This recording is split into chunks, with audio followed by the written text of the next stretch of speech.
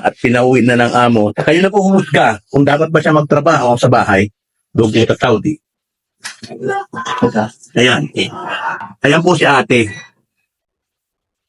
Nagtrabaho po bilang isang kasambahay sa Riyadh, sa Saudi Arabia, pero pinauwi ng employer. Alam niyo na kung bakit po. Tatanungin po natin siya.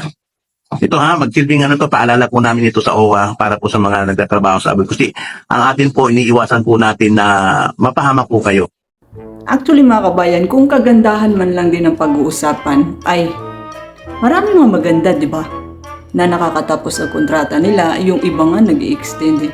Hindi man talaga big deal yung kagandahan talaga.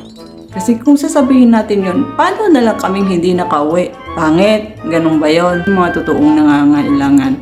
So masasabi ko lang is hindi naman talaga beauty yung hindrance kung bakit siya pinauwi or yun ang naging problema niya. I think lang nagkaroon ng problema sa loob ng bahay ni employer na nagpa-trigger nga sa amo niyang babae na What's up everyone? So pag-uusapan natin si kabayan na pinauwi dahil daw sa kanyang angking kagandahan. Wow, sana all maganda. So yun na nga, ito nga si kabayan ay tumagal ng 2 months and 18 days nga sa kanyang employer. Pagkatapos nga ay pinauwi nga siya dahil ayon nga kay kabayan ay dahil daw sa kanyang angking kagandahan. At ayon pa nga doon sa nagpanood yung live ni Kabong, kasi putol-putol yun na sinasama daw siya palagi ng kanyang employer o among lalaki. Tapos bigla na lang daw na hindi pala sila pupunta sa palaruan. Tapos yung amo niyang lalaki is dikit ng dikit. So ang ginawa daw ng amo niyang babae ay pinauwi daw siya kasi nga parang nagsiselos na. So itong si kabayan, ang sinabi nga niya kay Kabong ay pinauwi siya dahil sa kanya daw kagandahan, or yun na yung in generalize na yun is dahil sa kanya kagandahan at pinagsisilosan siya ng kanyang amo. So sino ang nakakita dito sa mukha ni kabayan? At guys, wag tayong negative, diba? Wag natin muna siyang i-bash kasi first of all, hindi naman natin alam kung ano ang totoong nangyari nga kay kabayan sa loob ng bahay ni employer. Kung dahil nga sa kanyang angking kagandahan, kaya siya pinauwi. Wala tayong alam kung ano ang rason. Ang alam lang natin ay yung sinabi niya sa kanyang live kay Kabong. Actually mga kabayan, kung kagandahan man lang din ang pag-uusapan, ay marami mga maganda, di ba? Na nakakatapos ang kontrata nila, yung iba nga nag-i-extend. Hindi man talaga big deal yung kagandahan talaga. Kasi kung sasabihin natin yun, paano na lang kaming hindi nakauwi? Pangit, ganun ba yun? So ayun na nga, marami nag-react daw doon kasi doon sa post nga sabi nga ni Kabong is ang maganda hindi pwedeng mag-abroad o ang may taglay na kagandahan hindi pwedeng mag-abroad. At so ang sinasabi doon is kaming mga nasa abroad o na-extend pa minsan at hindi na nakakauwi. Ibig sabihin pangit pala tayong lahat mga kabayan. Yun ang ibig sabihin ni Kabong. Kung napanood niyo yung live niya, nakita niyo si kabayan doon at saka si Kabong. Maganda naman talaga si kabayan. Pati nga si Kabong, di ba, na-attract sa kanya Kasi nga maganda, so nagagandahan si Kabong sa kanya. Kaya lang, ang mali lang ni Kabong, yung sinabi niya na pag may ganong taglay na kagandahan, or kung maganda ka, generalize na niya, is huwag kang mag-abroad. Ay, mali yun. Kasi ibig sabihin, yung mga pangit nang nag-abroad, so yung mga maganda, sa Pinas na sila. So tayo mga nasa abroad is mga pangit pala tayo. Ang pangit naman ng pagkakasabi nun ni Kabong. Kaya marami talaga nag-react, marami nang bash nga kay kabayan. Yung iba nga mga di magagandang salita na ang sinabi kay kabayan, mga below the belt na ba. First of all, mga kabayan, wala tayo doon sa bahay ni kabayan at ni employer niya para mag-jump tayo sa conclusion. Kasi ang papangit ng sinasabi nila doon kay kabayan. Like yung mannerism niya, kung napanood niyo yung live, maraming nagsasabi na masyado siyang seductive.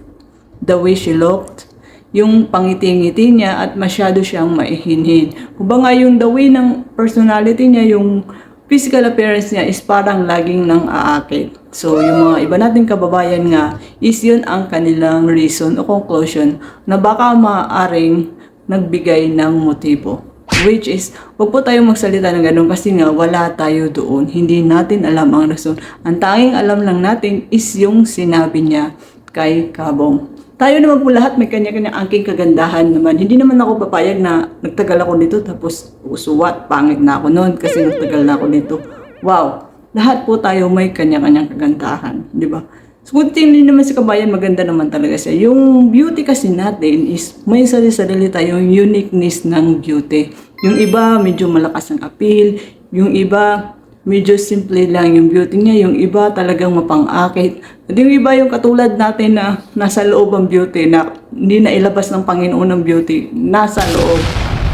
So, yun, huwag tayong magsalita ng ganun. Hindi natin alam kung ano totoong nangyari. Kung may nagkamali man talaga doon nga sa live, si Kabong na yun. And yun, nag-jump tayo sa conclusion na pangit tayo mga nagtagal kasi yun ang pagkakasabi niya, yun ang pagkakaintindi ng iba sa atin. Yun ang mali. So, medyo nagkamali doon si Kabong pero wag din natin siyang i-bash kasi nga 'di ba nga without Kabong kailangan din natin si Kabong para ma-rescue din yung mga totoong nangangailangan. So masasabi ko lang is hindi naman talaga beauty yung hindrance kung bakit siya pinauwi or yun ang naging problema niya. I think lang nagkaroon ng problema sa loob ng bahay ni employer na nagpa-trigger nga sa amon yung babae na pinauwi siya. And kung sasabihin nga is kung makikita nga natin si Kabayan is para siyang first timer, diba? Sa mga first timer dyan, dumaan kayo sa ganun, diba? Yung hinhin-hinin. Pero hindi ko naman sinabi na dumaan tayo sa pagiging seductive kasi dumaan din ako sa pagiging first timer. So, ang masasabi ko is, para din doon sa nagsasabi na para siyang hindi 25 kasi sabi 25 years old, mga kabayan, meron po talagang tao na pagtitingnan po natin sila, mukha silang 30 plus, mukha silang matured, minsan tatakbo na ng 40, pero bata pa po yung mga yan. At meron naman pong bata tingnan na mukhang 20 plus, mukhang early 30s or late 20s. Pero pag tinanong mo, matanda na sila. Yung edad nila is tatakbo na ng 40. Meron pong ganun. Kasi dito sa Middle East, common na yan. Yung tatanungin mo, tapos magulat ka na lang, bata pa pala siya. So wag nating i-bash si Kabayan sa ganoong aspeto na kanyang edad. Kasi meron talagang ganung mga tao. Huwag tayong bitter-bitteran. Tanggapin na lang natin na lahat tayo mayroong angking kagandahan. Nagkataon lang ng yung kagandahan ni Kabayan is masyado siyang unique. Yung the way ng ano ba yun? Yung the way kanya tingnan is para kang naahalina sa kanya. Diba? Yung mga lalaki dyan react agad. Para siyang nang aakit. Yung mata niya masyadong seductive. And may nakita din ako na yun na nga yung totoo daw. The truth, ito na yun na ito daw si Kabayan is kaya daw siya pinauwi nga kasi hindi niya sinusunod yung rules and regulation. Kasi nga dito sa Arab country masyadong conservative. Totoo, di ba? Na conservative ang mga babae dito. And may nabasa nga ako na nagmarites na naman dito kay Kabayan nga is ito nga si Kabayan daw ay lumalabas daw ng banyo niya na nakatapis ng towel lang. And nagsusuot din siya ng mga masyadong mahapit o yung masyadong 60. Parang ginaya lang daw niya ang pananamit niya sa Pinas at dinala nga dito sa abroad. Mga kabayan, bago po tayo mag-abroad, uulitin na naman. Dumaan tayo kay Pidos, dumaan tayo kay Uwa. Bago tayo umalis, na briefing tayo na wag gagawa ng mga ganon. Kung ano man yung nakagawian mo sa Pinas, wag mong bibit-bitin dito, Diyos ko. Kasi yun ay kakapahamak mo, kabayan. Yung pagsusuot mo ng ganun sa Pinas lang yun, na hindi pwede dito yun. Gagawin mo yun kung ang iyong banyo ay nasa loob ng kwarto mo or yung banyo mo ay yung hindi nasakop ng bahay nila o nasa loob nga ng kwarto mo. Yun, gagawin mo yun. Yung mga patapis-tapis, pwede yun. Pero kung nasa labas ang banyo mo, learn the conservative way. Pumunta ka ng banyo, dalhin mo yung mga susuotin mo. Kung mag-uniform ka today, magdala ka ng uniform, magdala ka ng tuwalya, pero doon ka lang magtuwalya-tuwalya sa loob ng banyo. Huwag mo nang ilabas kasi paglabas mo, may mga matang nakakikita sa'yo na maakit talaga sa'yo. Kasi tayo mga Pinay, mga porselana tayo, di ba? Wow! Minin na natin na magaganda yung kutis natin. Huwag na tayo pahiya ba? Para ba hindi tayo masabihan ng pangit na naman. Magaganda talaga yung kutis natin mga Pinay. Magaganda yung kurba ng katawan natin. Pero yung mga ganong aspeto natin, ishayaan na lang natin na tayo lang ang nakakaalam at ang banyo at ang salamin sa banyo ang nakakita ng alindog natin. Wag kang maglabas-labas dyan na nakatapis. Kasi yung tapis mo baka magulat ka na lang, mahulog na yan. may humulog na pala sa tapis mo. So yun ang nabasa ko nga sa Marites nga na yun yung pagsusuot ng mga ano daw ni kabayan. Yun daw yung pinaka main problem niya kaya pinauwi siya. And isa pa yung pag nakikipag-usap daw siya pa siguro sa amo niyang lalaki or kahit kaninong lalaki, lagi siyang ganun tumingin at nakangiti. Hindi po pwede yun na sinabi na sa PDOS, sinabi na ni OWA, and sa iba't ibang sa briefing na bawal makipag eye to eye sa among lalaki. Bawal na bawal ding ngitian. Yung among babae pwede, eye to eye kayo. Ngitian mo kasi doon mo makukuha yung tiwala ni among babae. Pero sa among lalaki, hindi tiwala ang makukuha mo sa kanya kundi siya mismo. Yung pang-aakit, siya mismo makukuha mo, hindi ang tiwala. So, isa yon sa nalagpak na yon na wag gagawin. Yun ang nalaman ko sa mga Marites. Ayaw ko mag-judge, diba? Kasi sabi nga nila, we're not there, diba? Wala tayo doon. Yun lang yung nabasa ko na yun daw yung dahilan kaya pinauwi siya.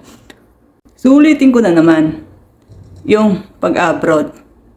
Kung mag-abroad ka, kung ikaw ay isang marimar manood sa Pilipinas, dito naman sa abroad is Maria Clara ka dapat. Dapat Maria Clara. Kung paano ka gustong mandaway manamit ng amo mo, sundin mo na lang at huwag maging matigas ang ulo mo. And yung mapalugay-lugay buhok, bawal po yan. And sabi ko nga, di ba, na yung nangyari niya kay kabayan, wag natin siyang i-bash. Wala tayo doon. Magpasalamat na lang tayo kasi si kabayan nakauwi siyang safe and sound. Buo at ligtas at walang nangyaring masama sa kanya. Walang galos o walang tawag doon, hindi siya napagsamantalahan, walang nag-take advantage sa kagandahan niya. Yun ang ipagpasalamat na lang natin. Huwag na natin siyang i-bash kasi nahihiya na siya. Para naman kasalanan ng tao na maganda siya, diba? Maganda naman talaga si kabayan, pero yung tayo lahat, kasi yung mga nagre-react doon, yung mga negay, yung hindi nila matanggap sa sarili nila na tayo lahat na may iba't ibang aking ganda.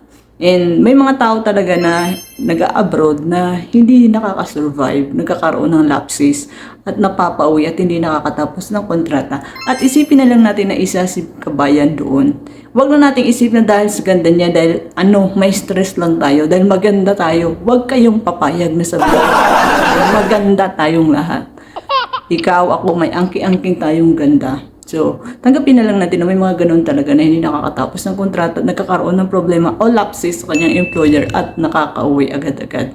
And maging thankful na lang tayo, walang nangyaring masama kay kabayan. Buo siya. Hindi siya natulad sa mga ibang kabayan natin na bukod sa na-rape is pinatay pa. Si kabayan nakauwing ligtas sa kanyang pamilya. Ligtas sa okay na nag-abroad at ligtas na nakauwi sa Pilipinas. Yun ang pinakamahalaga, yung makauwi kang buo at ligtas sa piling ng pamilya mo. Huwag na po natin siyang i-bash dahil sa kung sa kagandahan nila, lahat po tayong may angking kagandahan. Kung mayroon man nagkamali doon, yun ay si Kabong. Kaya mainit ang ulo natin kasi napagkamalan tayong mga nagtatagal dito is mga pangit. Ganon kasi pagkakasabi na pag maganda ka, huwag kang mag-abroad. Ay, marami tayong nakitang maganda na higit pa kay kabayan na nakita natin na tumagal pa. Natapos ng kontrata, na-extend pa. Marami dyan. Hindi dahil sa maganda, ganun na pinauwi. May pangyayari talaga na papauwiin ka talaga. Kahit pangit ka pa, papauwiin ka. Pag nagkaroon ng pagkakamali. Kaya huwag ganun. Lahat tayo may aking kagandahan, huwag tayong magalit dahil maganda tayo sa mata ng Panginoon. Kaya lang yung bawat isa sa atin, hindi naman Panginoon, hindi lang na nakikita yung gandang meron sa atin. So yan lang yung masasabi ko. Tigilan natin yung pambabash doon kay kabayan dahil lahat tayo may kanya-kanyang kagandahan. So magpasalamat na lang tayo na si kabayan ay nakauwing ligtas, buo sa kanyang pamilya. At reminder ulit sa mga mag-abroad, huwag niyong dadalhin ang Pinas dito sa abroad, lalo-lalo na sa Middle East. Sabi ko nga, kung marimar ang pananamit mo sa Pinas, pagdating dito, mag-Maria Clara ka na. Diba? So, thank you so much. And till my next vlog, this is Greg Bonet, and welcome to my